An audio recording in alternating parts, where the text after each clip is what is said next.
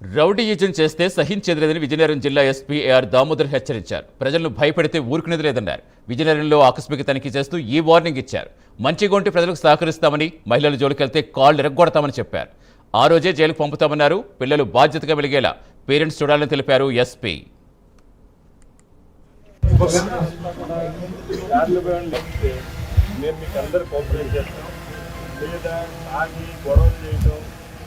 భయభ్రాంతులు గురి చేయడం చేసి కాళ్ళు ఎదురుపడతారు. దాంట్లో డౌటే లేదు. మనం చూశారు కదా, తెలిసిందా పనులు చేస్తే పోలీసు ఏం జరిగింది తెలుసు కదా. ఎవరు బతుకు వాళ్ళు బతికితే చక్కగా హ్యాపీగా మేము మీకు కోఆపరేట్ చేస్తాం, మీకు అందరికీ భద్రతగా ఉంటాం. అంతే తప్ప మీరే ఈ కాలనీల ముందునే ఉంది. విజయనగరంలో దాదాపు 5 లక్షల మంది ఉన్నారు.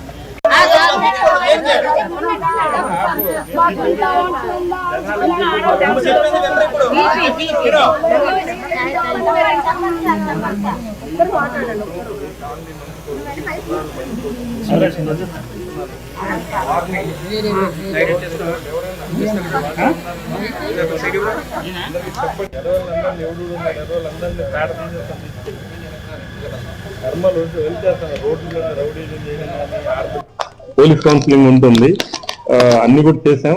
సో ఈ రోజు కూడా ఇంకెవరెవరు ఉన్నారు, లేడీస్ విషయాలకు ఎవరన్నా వెళ్లే వాళ్ళు ఉంటే వాళ్ళకి ఫస్ట్ ముందు లాఠీతోనే సమాధానం. లేడీస్ జోలికి వెళ్తే వాళ్ళకి అదే రోజు ఫైనల్ డే, వాళ్ళు జైల్లో ఉండాల్సింది. ఆ రోజు నుంచి అందరికీ అలర్ట్ చేశాము.